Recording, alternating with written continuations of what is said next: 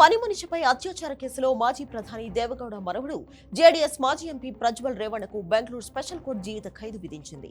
జీవిత ఖైదుతో పాటు 5 లక్షల జరిమానా విధించింది. దీంతో పాటు 7 లక్షలు బాధితురాలికి ఇవ్వాలని ఆదేశించింది. మాజీ ఎంపీ మీద వచ్చిన ఈ తీర్పును ప్రతి ఒక్కరూ సమర్థిస్తున్నారు.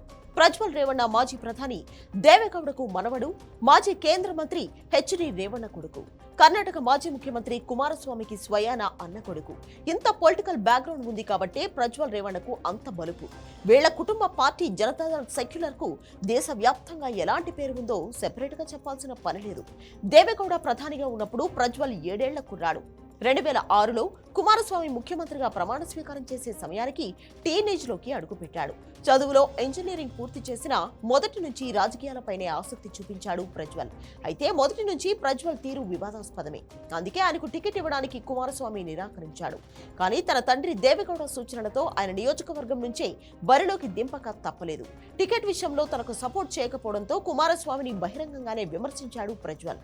పార్టీలో కష్టపడే వారిని వెనకాల కూర్చోబెట్టి సూట్ కేసులతో వచ్చే వారిని ముందు వరుసలో కూర్చోబెడుతున్నారంటూ కుమారస్వామిపై విమర్శలు చేశాడు.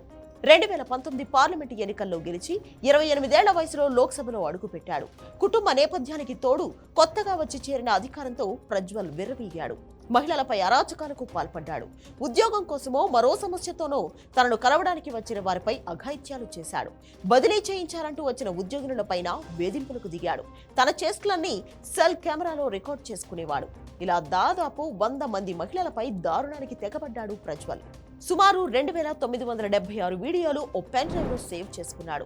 ఆ పెన్ డ్రైవ్ ఇటీవల బయటకు రావడం, అందులోని వీడియోలు సోషల్ మీడియాలో లీక్ కావడంతో రాష్ట్రంలో సంచలనం రేగింది.